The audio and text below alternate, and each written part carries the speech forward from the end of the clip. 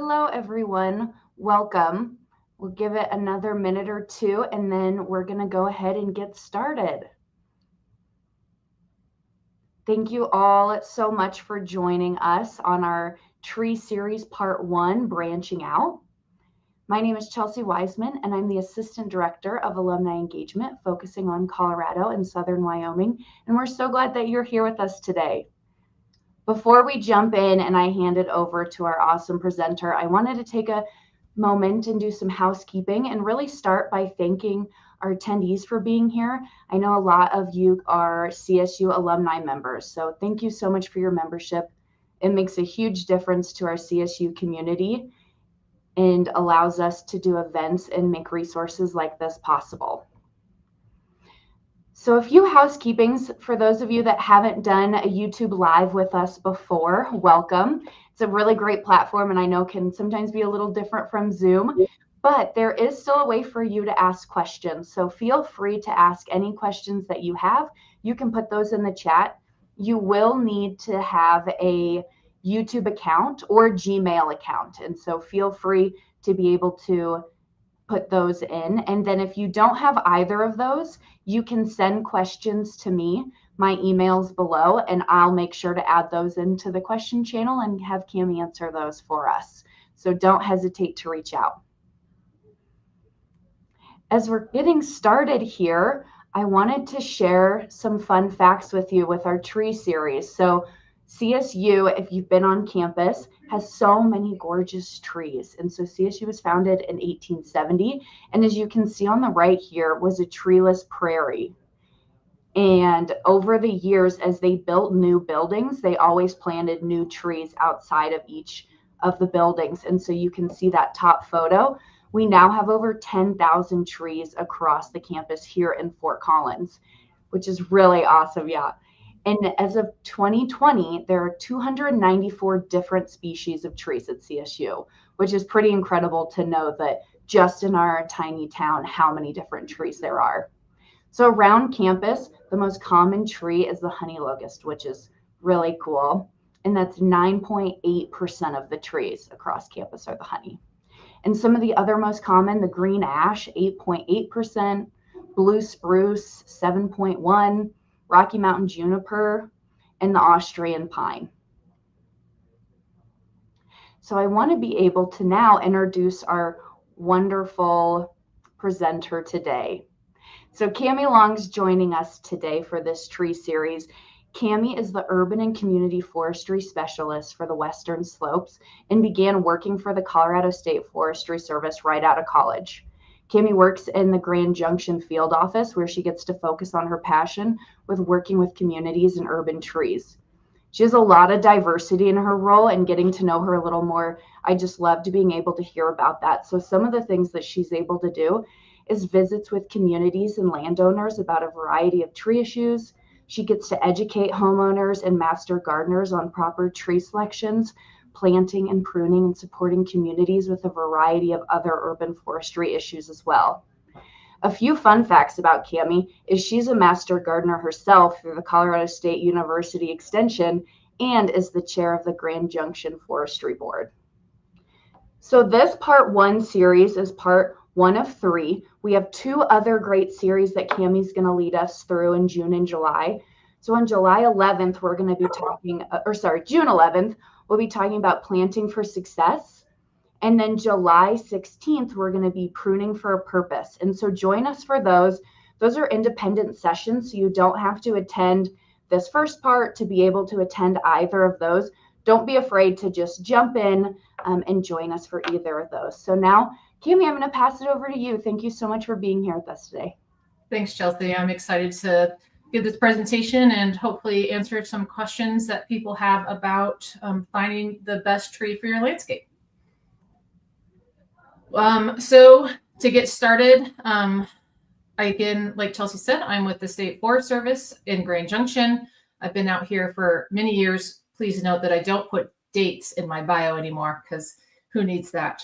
But I have been enjoying urban forestry for many years. And the first step, I always get this question a lot, is how do I choose which tree to plant on my landscape? And one of the things I wanted to add about the notes or the facts that Chelsea shared was the variety of species and cultivars that are on the CSU campus.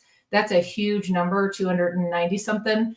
And so I don't mention it in this presentation, but if you are going to plant multiple trees on your landscape, try to choose different species and genuses. So an ash, we don't really want you to plant ash actually. So a honey locust, a catalpa, and an oak.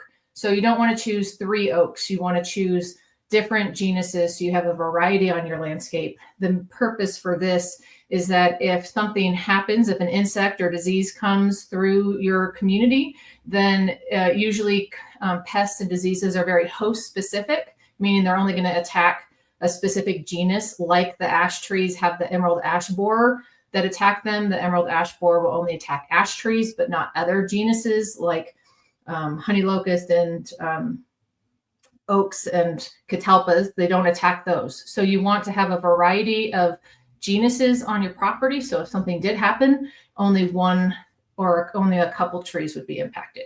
So we'll get into the presentation of helping you find the perfect tree for your landscape. Once I find the right key to push. There we go. So the agenda is, why are you planting? We're going to talk about the USDA hardiness zone map, talk about tree characteristics that you should consider when choosing a tree, site characteristics, and just kind of information about what's available at the nursery so you feel comfortable when you go. So you should have a goal, and you could have multiple goals for your property. I have a friend who wanted to plant multiple trees, some because they're pretty, some because she wanted visibility protection against the houses that were built behind her property. But you can have multiple reasons, but having it kind of narrowed down for where you want to plant those shade trees or plant those pretty trees because they have beautiful flowers or a cool fall color. You want to have an idea so then you can pick the attributes that will match that site best. So the tree will do what you need. So you can have multiple reasons, but it helps with your tree selection to know why you want to plant a tree in a certain place, what characteristics you want. So to start off with USDA hardiness map, this map will is through the website. Oh, I can see it's kind of covered there by the brought to you, but it's, if you do a Google search for USDA plant hardiness, this map, when you type in your zip code, will tell you what your area's zone hardiness is. And that's the average lowest temperature. So it's not based on the summer heat. It's based on the average cold temperature, not the coldest ever, but average. So here's for Colorado, which isn't super useful, but just wanted to show you kind of the color range that we have. So for example, if you typed in your zip code, so this is my zip code in Grand Junction, it will give you just the general 2023 hardiness zone, which is 7A. And so that means that I don't want to plant anything that doesn't include 7A when it on the hardiness zone for that plant, and I'll get more into that. But when you hit enter, it will zoom into your zip code area. And then you can see that there is some variability in as you zoom in, and that's why that big Colorado map isn't as useful, because when you zoom in, there's some variability there. So let's see, I think I can turn on the laser pointer. So you can see that this area, this is the 7A. But when I click on this blue, it actually shows me that that's 5B. So you can click on the different colors on the map to tell you what zone, hardiness zone that is. But again, this is the average cold temperature. And so you want to make sure that any plant that you are selecting for your property will covers that zone. So tree characteristics that you want to consider when choosing what tree species to plant on your property. To go kind of to the basics, you have evergreen or conifer trees, and then you have deciduous trees, the ones that lose their leaves in the fall. Of course, there's always those unique ones that don't fall into those. So we have some evergreens or conifers that lose their leaves in the fall, like larches and Don redwood. And then you have your deciduous trees that keep their leaves year round, like live oaks. So in general, evergreens keep their needles or leaves year round. Deciduous will lose theirs in the fall. But then there's also like different types of deciduous. You can have flowering, which to me is also ornamental. Fruit, which is a whole different group of trees, because you're going to manage those very different than a landscape tree. If you plant a fruit tree to produce fruit on your property, you're going to manage that tree very differently than if it was just an ornamental tree that has like a pear tree that has unedible pears because it's an ornamental. And then shade is the big trees that are providing shade for your property. So there's some kind of different deciduouses. So you need to figure out which one. And this comes into that, why am I planting a tree? If you want a shade tree to provide shade for your house, so you don't have to turn your AC on as much, then you don't want to get a small ornamental tree. So you need to figure out what your goal is for that tree to do for your property. And then you can help narrow in on what type of tree. So planting the right tree in the right place. Some of you may have heard this before, right tree, right place. And then kind of started with power lines, because we have a lot of trees under power lines, but then if they've been the wrong tree because they get too large, then you're having to do continual maintenance on those trees. The power companies are. You should not be pruning any trees near power lines because they do produce voltage, right? So it's important to consider what's around your landscape when choosing which species to go with. So if you don't have power lines to worry about, then you can consider taller trees. But if you are planting under power line, then you want to make sure that those are 20, 25 or less in height. So tree shapes, lots of different shapes. So some people might have a preference, but this is just to know that different trees are going to have different shapes. So this upper left photo is a sensation box elder. And so you have a shape that's kind of more oval. And then here is a mulberry tree that's going to be wider. So it's not going to, it actually usually grows wider than taller. So if you have a lot of space, but not a lot of room for height, a mulberry is a great option. And then we have this more vase shape. This is a magnolia tree. Has beautiful flowers, obviously. This is a weeping mulberry, actually. Here, all of these are in Grand Junction because that's where I'm located, right? But these are the different kind of shapes that you can get. So it's just good to kind of consider where you're putting the tree and the shape that the final mature form will be to make sure it will fit that space that you're putting it in. Location, location, location. So you can see on this left photo that we have trees under power lines. We have a tree in front of the home, and they're all appropriately sized for the space as they mature. The photo on the left shows if the wrong species were selected and placed in those same locations. So here we have trees that are under power lines that are too tall. So we get that U or V-shaped pruning that happens on under power lines, or they're just topped or hedged because the power has to flow, right? So they have to remove those branches that could impact the power lines. And then here we have some large conifer trees that were really cute and small when they were planted, but they got, as they matured, way too big because they were way too close to the house. If they were further away in the yard, it probably would be fine. But thinking about the mature size of the tree is super important when you're choosing your location, because you want to make sure that that tree will fit and do the things you need once it reaches that mature size, which is obviously our goal. So for example, these are some Google image street shots from Grand Junction. And we have this ash tree that's providing this amazing shade for this property. And here's a couple more trees. I mean, look, this is on the west side of the house.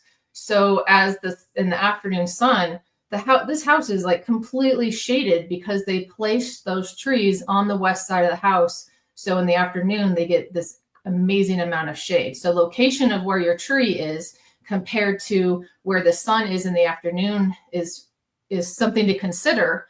Also, if you have your driveway and you're in a snowy area, you don't want your tree maybe to be covering your driveway, the shade of the tree in the afternoon or in the morning, because you don't want the driveway to be cold or have ice and snow that's not melting. So thinking about where the sun is, and how it moves over your property and how you can use that tree to produce the most shade for the house for cooling is something to consider when you're choosing where to plant your tree. This is an aspen. This is the wrong tree in the wrong site. So we have these large blue spruces right next to the house that are fine now, but we all know how large these trees can get in the forest, and that's how large they can get in next to houses. So this is the wrong tree in the wrong place. Again, here's that power line haircut where these trees should have never been placed under these power lines because they got way too large, and now the power company is having to come in and prune these trees, and the tree has terrible shape and form. So if by choosing the right tree based on the location, this wouldn't have been an issue. Some just examples that I have of bad tree selection. We have a mature canopy here, and we have two small spruce trees underneath it, and then another small ornamental that still, none of these have enough space. And here's another spruce tree. So this was somebody who planted this in a right of way, which I'm sure the city didn't appreciate. Most conifers are not allowed to be planted in right of ways for visibility, for car and pedestrian visibility. So this is all poorly placed, probably has been removed since I took this photo. This is at my office here. They originally planted this spruce tree right next to the office building. And when I saw that, I was like, no, we're not putting a spruce tree. First of all, we're not planting a spruce tree in Grand Junction. Second of all, we're not putting a spruce tree that close to the building. So they replaced it with a narrow juniper, and it's doing great. This is in Pueblo, actually, in their lovely downtown. And these trees are going to get large, and it's just way too close to this pedestrian bridge. And this is an example of that spruce tree underneath the power line. Obviously a terrible location. So think about location when you're planting your tree. But how do you know about the tree's characteristics? Well, most trees, when you're purchasing them from the nursery, will have these tree tags on them that will tell you the information about the height of the tree, what sun exposure it prefers, and the hardiness zone. Because remember, we talked about hardiness zone just a few minutes ago. So if I was for Grand Junction, it said my hardiness zone was 7.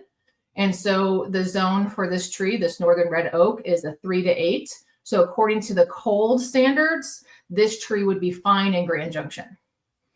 It also, these tree tags do usually mention their water preference. So this northern red oak is drought tolerant. So I don't have to make, then I can plant it in a place that I might not be able to provide as much water long term. Fruits and seeds, you do need to consider that if you're going to plant somewhere that you don't want fruits and seeds to be dropping onto the landscape. Here's a little biology lesson for you. Trees come in monoecious or dioecious. Monoecious, mono meaning one, meaning that the tree has both the male and female flowers on the same tree. So you will always have male flowers and female flowers on that tree, and therefore they will always have a seed or a fruit. Dioecious, meaning one tree has male flowers and a different tree has female flowers. And so you will have only fruits and seeds on the female tree because that's who produces the babies is on the female trees. So, for example, ash and maple they're dioecious. So you will have male trees and female trees. So if you have like this picture here, this is a red a hot wings maple. This is a female tree because it has the hot wings, which is its samara, which is its fruit. And this is a crab apple. This one's a trick one because it actually crab apples are monoecious, but this cultivar called spring snow doesn't have fruit. But every other crab apple will have fruit because they're monoecious. Male and female flowers on the same tree will have fruit. This is a Turkish filbert, also known as the hazelnut.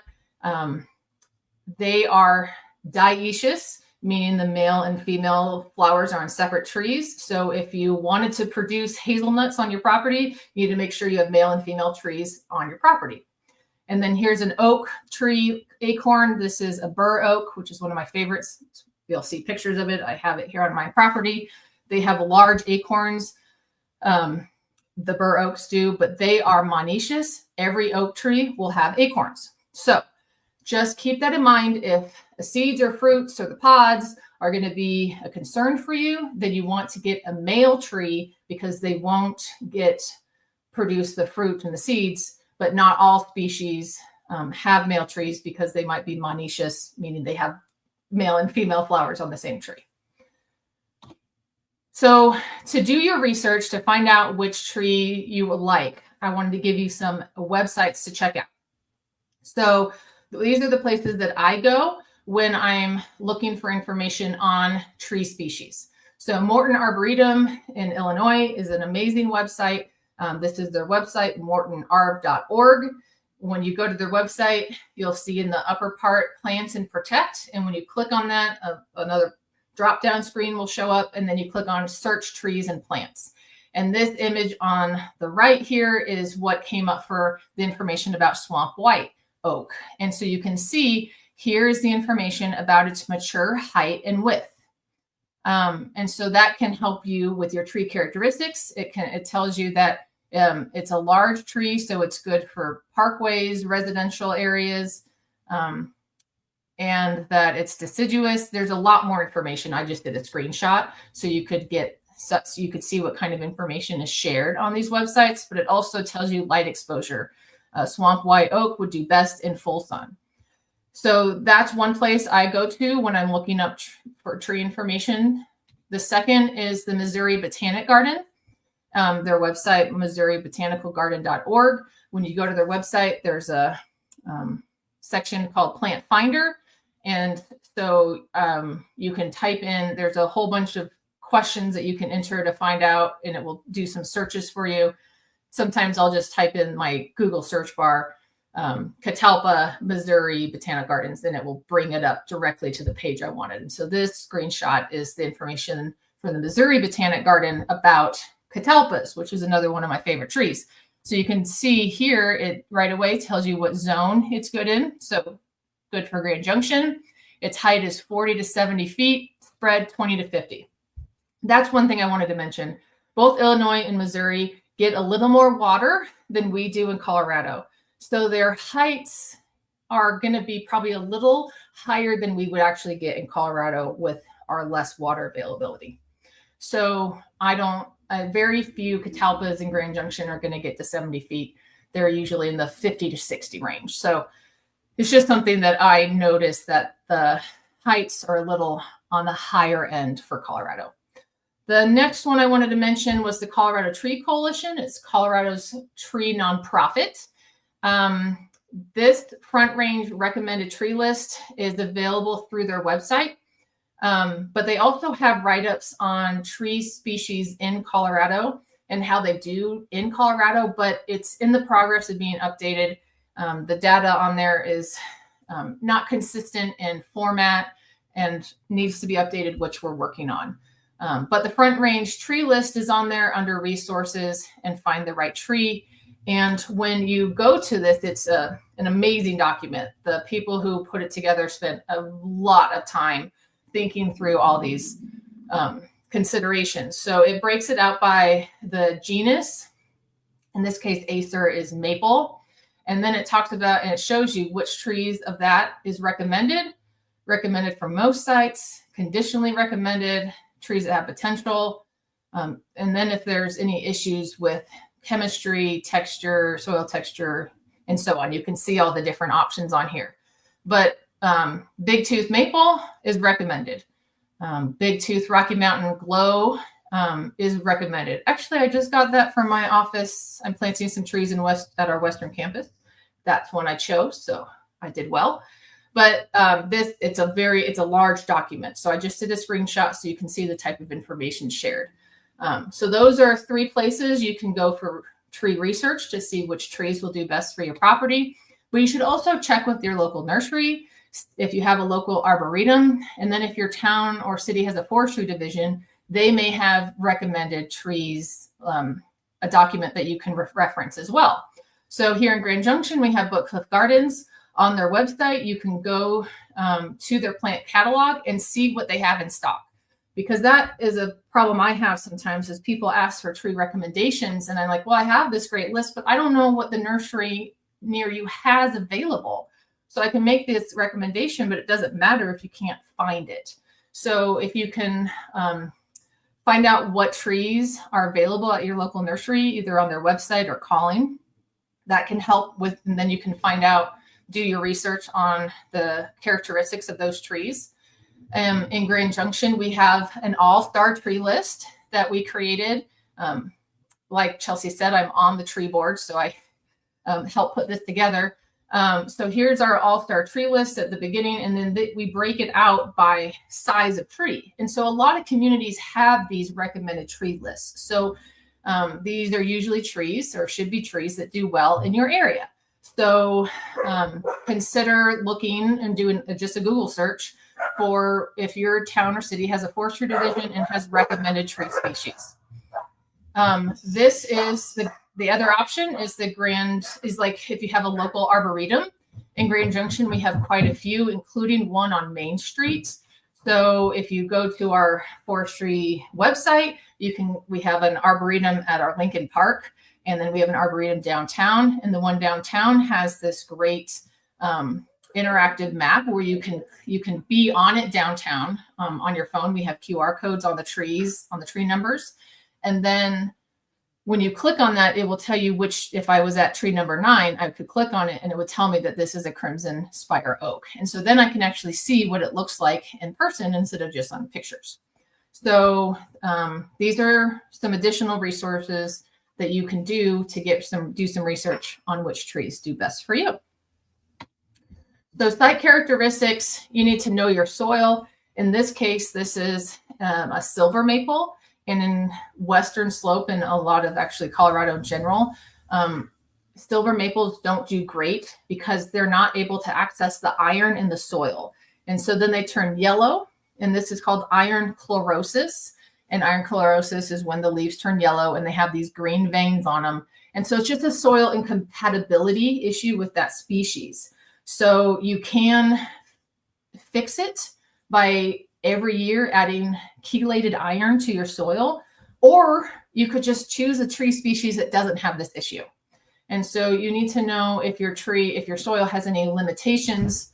And so you can get a soil test done. This is the CSU Soil, Water, and Plant Testing Laboratory, and there's their website. And you can submit soil samples to them to run tests on. You can also just contact your local extension office. So like mine is the Tri-River area. So I could call them up and say, I'm new to the area. Can you tell me what the dominant soil types are out here so I know, and do you have any recommendations on how I can improve my soils? And so that's what I would recommend, is contacting your local extension office for some soil help. I have some property that I did some soil testing on, and I got this amazing results, but I couldn't read it because I'm not a soil person, I'm a tree person. So then I went to my extension office and I said, can you help me understand what this is saying? And so they can help you also read the results from your testing. But in general, don't add fertilizer to non-tested soils because you might be adding something that there's already a lot of. Limited soil, limited nitrogen additions are okay. Is an exception of what you can add, but you have to make sure you don't add too much nitrogen because that can burn the fine root hairs. So there's a lot of things that goes into soils, but there's also resources for you. So visit your local extension office for more information. watering is a huge thing. Some people, move to Colorado from places that have more water, and they think, well, I'm going to plant this tree and then I don't have to worry about it because Mother Nature will take care of it. That doesn't work great in Colorado. Most of our trees, except for our natives, like pinyon and juniper, most of our trees will need supplemental water for most of its life, maybe less as it gets older, if it's able to access water nearby, but in the most part, we're going to need to provide water for our trees for the long term.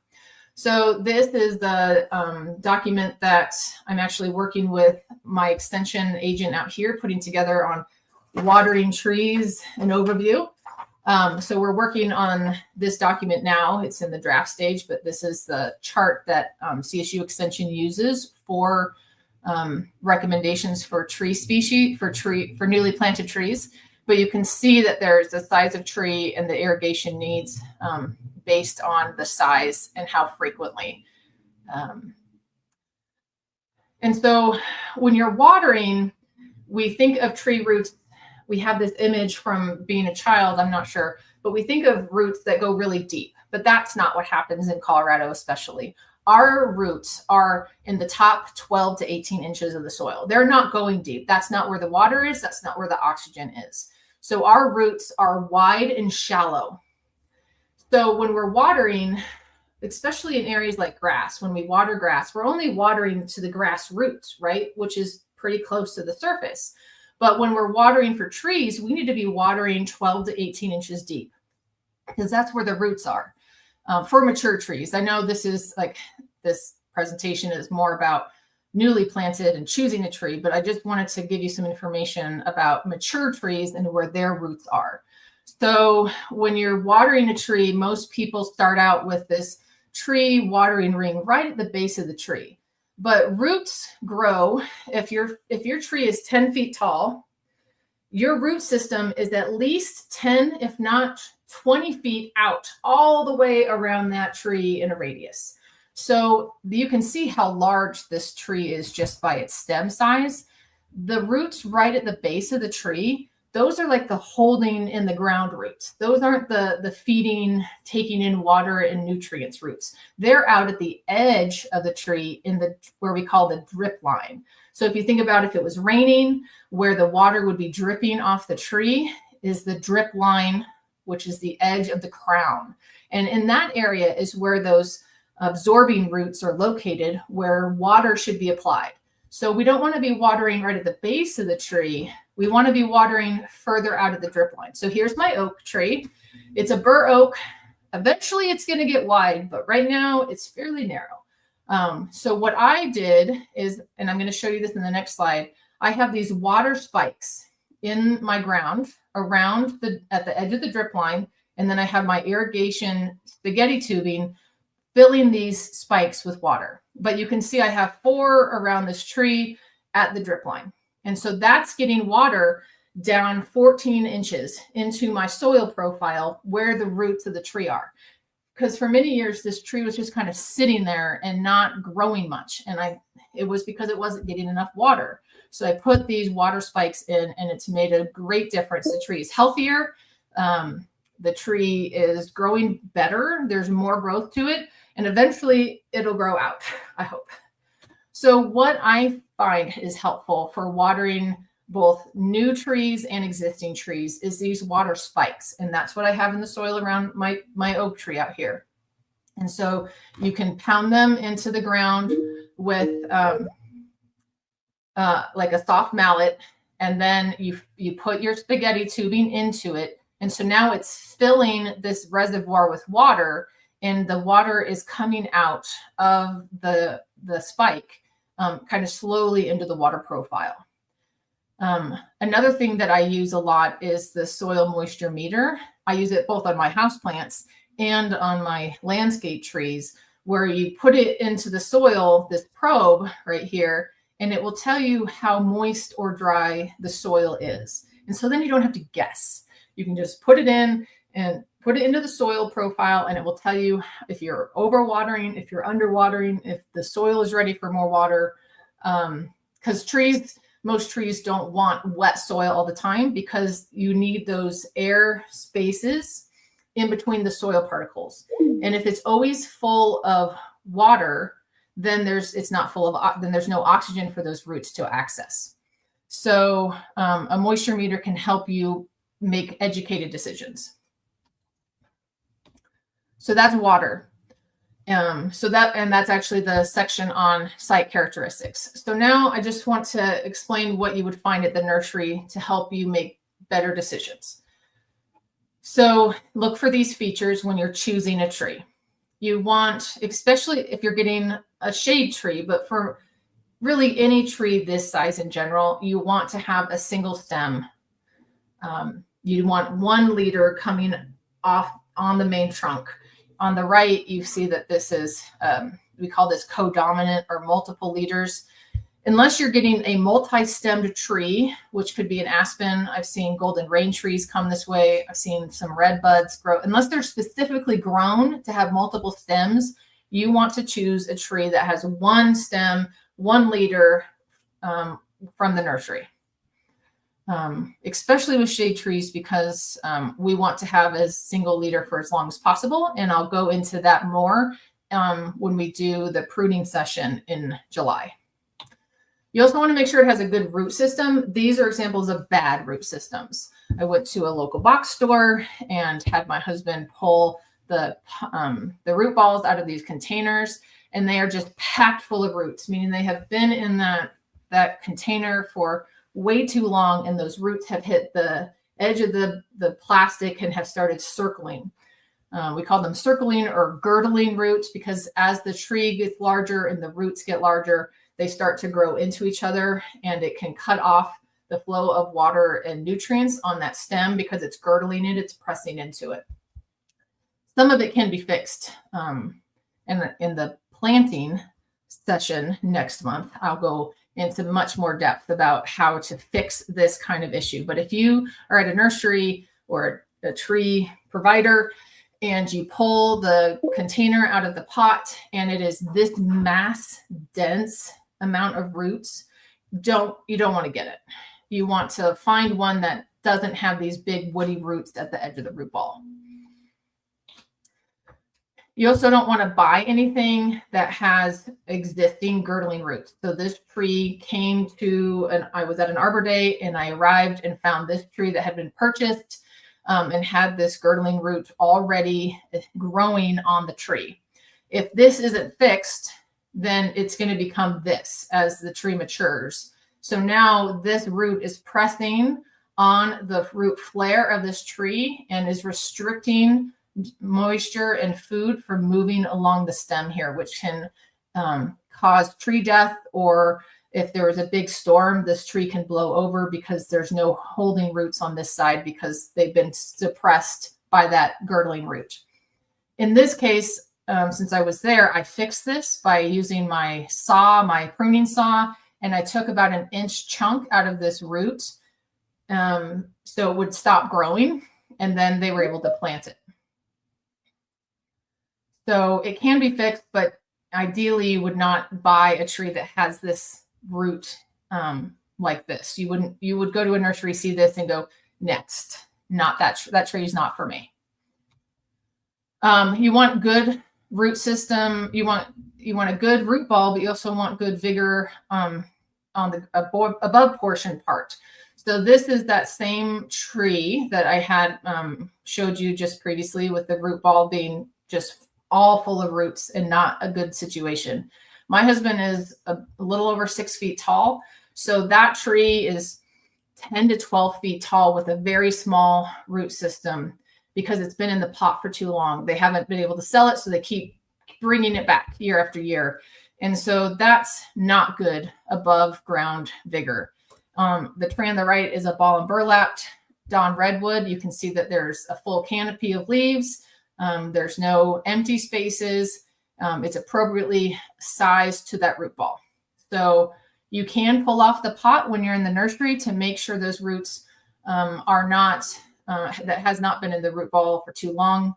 But if you do purchase that, I'll show you in the next month's session on how to fix it.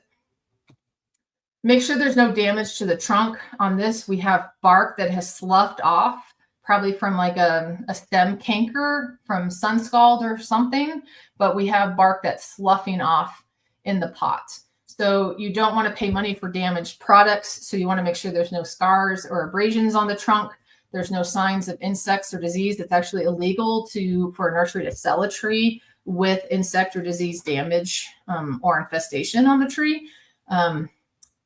Mostly the pests. They probably would try to sell sun scald damaged trees because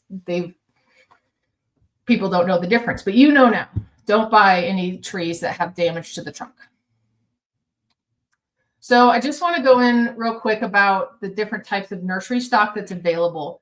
I think this is really important with the grafted part of these nursery stocks that's available. So then you understand what you're buying, and then you know how to properly plant. So you can buy grafted trees, seedlings, rooted cuttings, and native trees. So I'm going to go into this real quick here.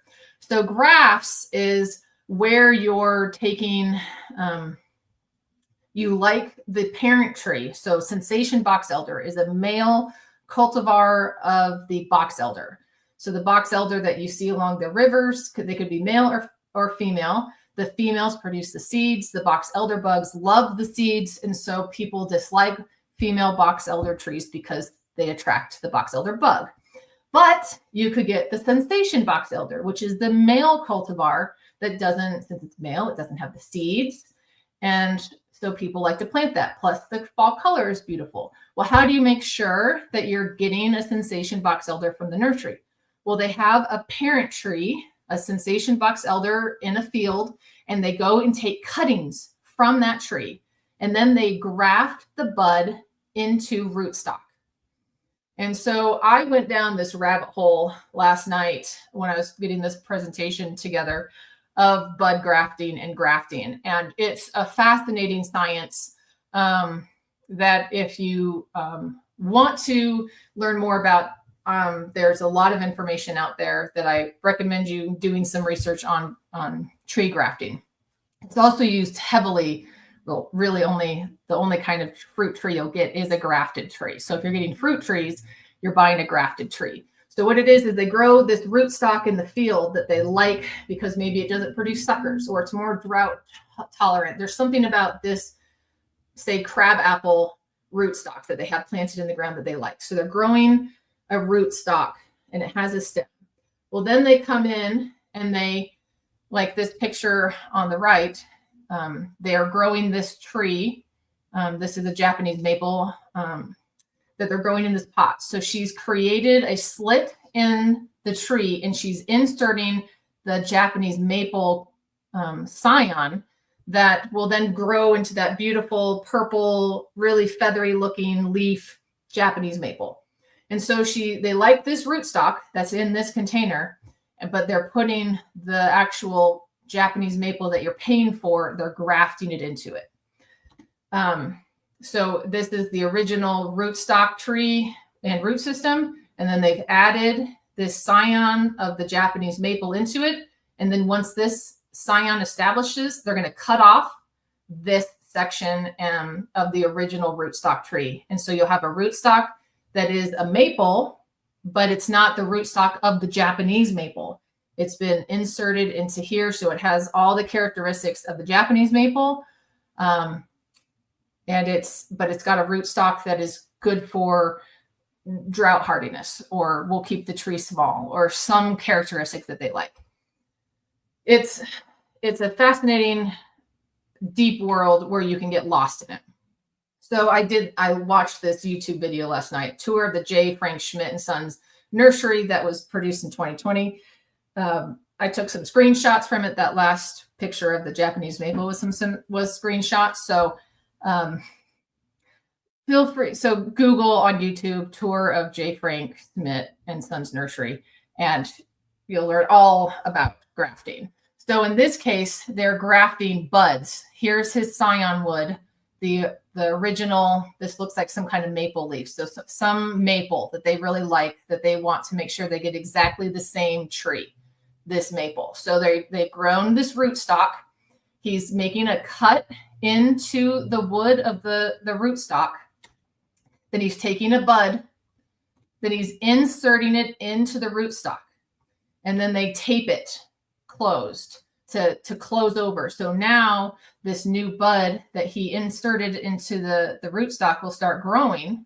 And then they'll cut off the rootstock leader. And so that's grafting the bud to that rootstock. So this is what it will eventually look like, where the bud has been inserted into this rootstock and the original rootstock leader was removed. This will continue to grow. It'll turn into a tree. Here's where that graft point was. So this is the rootstock down here and the grafted sensation box elder up top. And so it's really important to understand that a lot of our trees that we're buying from the nursery, like I said, especially fruit trees, are grafted. And so we need to know they're grafted because that will help us determine our planting location. Because when we buy trees from the nursery, a lot of the times what we're seeing at the soil line in the container is actually the graft point. So you can see that's where that original rootstock stem was removed. And this is what the grafted piece has now grown into the tree. Again, here is that point where they removed the rootstock leader. And this is the grafted tree that you actually want the characteristics of: the sensation box elder, the spring snow crabapple, the accolade elm, so a lot of our trees are grafted, but that is not where you plant to. And so this is super important that I'll go into in super depth on the planting presentation, but the actual tree root flare is below that point. Because remember here, he's not placing that bud at soil line. The graft point is way above soil line, but we want to plant our trees down here at soil line. And so it's important to know that those graft points are not where you should plant the tree. So there's more information about tree planting to come, so make sure you come to that presentation. But I just want you to understand that when you see a graft point, you need to be planting below that at the root flare. So the other types of trees you can buy from the nursery are seedlings. And these are where the tree, like the spruce tree, has produced a cone with seeds in it, and they plant those seeds and they grow new baby blue spruce trees. These are different kinds of seedlings that you can buy. This is like a Kentucky coffee tree, some kind of pine tree, and an oak. So when you're planting something and growing it from a seed, just like us, there's going to be genetic variability. And that's why they do the grafting or the cloning, because you're getting the exact characteristics of the parent, putting it on this rootstock and growing that exact replica of the parent. When you're doing seedlings, they're growing from seed, so there's going to be genetic variability. So not every blue spruce is blue because there's genetic variability to them. Rooted cuttings is very often how we grow cottonwoods and willows. I did a little search last night and I found out that at CU Boulder, they had to take down the old Maine cottonwood because it was 140 years old. It was time to let it go. It was getting dangerous. And so they took cuttings from that tree and put them in pots. And then they're going to grow new trees from the cuttings from that cottonwood. So they are genetic replicas of the old Maine cottonwood. So they can continue its history in the community by planting exact replicas of that cottonwood. So a lot of times cottonwood cuttings are chosen from, so cottonwoods come in male and female trees. Some trees have the cotton, some trees don't. So you have male and female trees. So a lot of cuttings are taken from the male cottonwoods, so you don't have the cotton, which people dislike. So container trees, when you purchase a container tree, it could be from a grafted seedling, it could be from an actual seedling, it could be from a cutting, or it could be a field-grown tree that they've bare rooted and then put in a container. So you might not know if it's a cutting. Well, you would know if it's a cutting because most likely if it's a willow or a cottonwood, it's probably a cutting. An actual seedling, you would not see the graft, right, on the stem. So then you know that it's a genetic uniqueness because it's a seedling. You'll see the graft points if it's a grafted tree. If it's a field grown, it could be grafted or an actual seedling. So you won't know if it's field grown and then potted up. Not super important, but just know that the container trees could be a couple different origin stories. So people like to buy like the biggest tree out there. So we measure caliper. Caliper is the diameter of the trunk right above a couple inches above the soil line, kind of above the caliper, if it's a grafted tree above the graft point. And so when we look at trunk caliper size, it's the diameter of the stem, but low on the tree, close to the root flare. So the rule of thumb is that if you buy a 2-inch caliper tree and plant it, it will take 2 years for it to grow its root system enough that then it can start growing the canopy. If you buy a 1-inch caliper tree and plant it, then it should take about 1 year, one growing season, for it to grow its root system to enough in size, then it can start growing its canopy. So the problem with people who want to buy 5-inch, 3-inch caliper trees is that they sit in the landscape for 3 to 5 years, depending on the caliper, until it can grow its root system large enough to be able to get enough resources to start growing the canopy. If you buy a smaller tree, it takes less time for the tree to establish its root system so that it can grow the canopy. So I like the 1-inch to 2-inch size diameter range for your container trees because it doesn't take very long for it to establish in your landscape before it will start growing its canopy. We're going to talk about girdling roots in the planting section. Just a quick little primer. For planting, though, you want your graft point to be a couple inches above the soil line, and you want your flare to be at soil line, and you want your dominant primary roots that are coming off the trunk to be right below soil line. And then if you're adding mulch, it should never touch the trunk.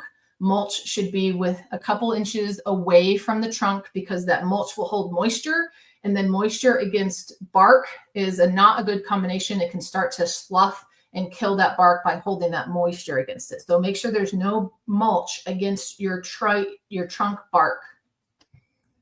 I put together how to properly plant a tree, a document. Here is the QR code that will take you to it. If you're sitting on your computer, you can take a picture real quick with your phone to take you to the document's location, or you can search Colorado State Forest Service, plant a container tree, and it will take you to the website, or it will find it in the Google search. It's just a really long URL code or website address, and so I just didn't put it in here because no one has time to write it all down. So there's the QR code to take you to the document, or you can search for it on Google. But it's a great, I think it's great, of course, because I made it, document on how to plant a tree with first finding the root flare and then dealing with any circling or girdling roots. The other way you can buy trees at the nursery is your ball and burlap, which are dug out of the field. These are larger trees for like people like me, very hard to move around. They're just big and heavy. And so that's why I like container trees, because I can move them around by myself or with another person.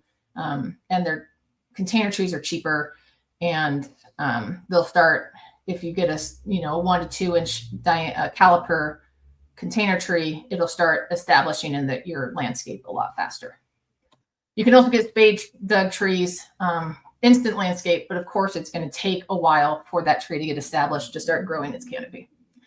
And I was hoping for a few more minutes for questions, but that's the end of the presentation. So if you have any questions, please put them in the chat, and Chelsea will let me know if they are.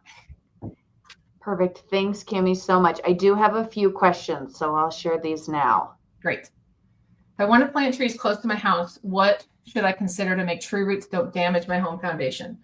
So roots are going to go where there's water. And so you just want to make sure that you're not watering close to the house. So you want to put your drip systems on the outside away from your house, or, you know, if you're using the spikes, you want to be using them away from the house.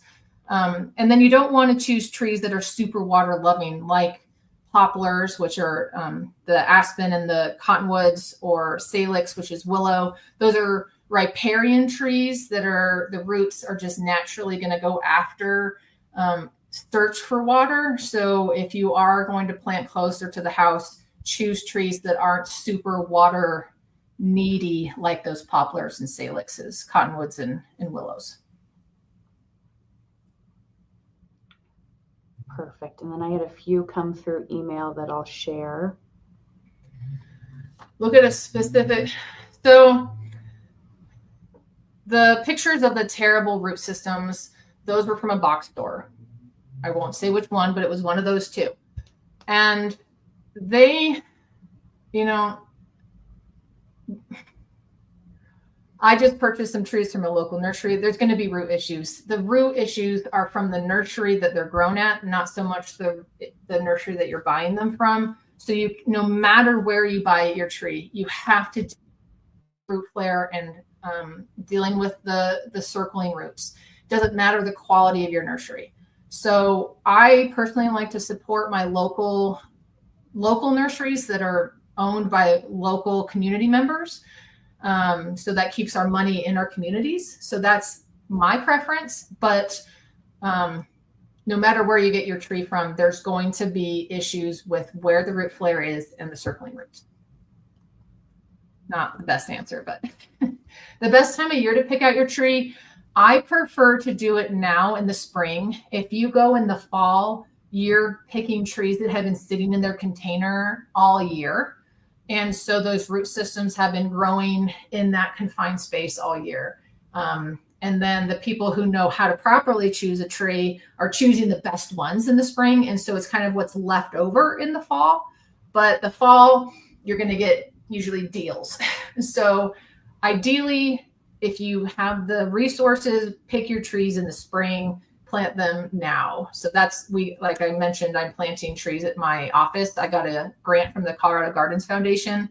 And so I went to our local nursery and have bought about 10 trees from them so I can make an arboretum at my office. But I'm still having, it's a great nursery, nothing wrong with this nursery. It's a local nursery, but I'm still having root ball issues where I have to find the flare and deal with the circling roots. So spring is better than fall, but you can plant both times. Recommendation on trees that flower.